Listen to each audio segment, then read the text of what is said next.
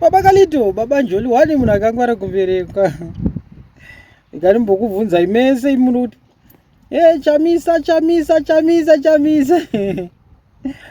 Tongoti iwe ndiwe Chamisa iwe.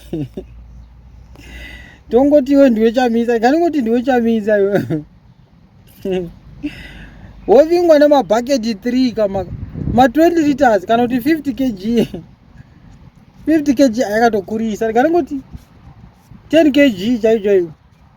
Yegoridhe baba, mukute yelo chete. Unoita sei? Haungaisi here triple C kana zvikadaro.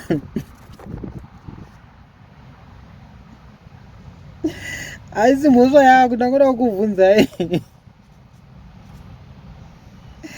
Hai, alright. Sarai muchipindura inaro wabasi.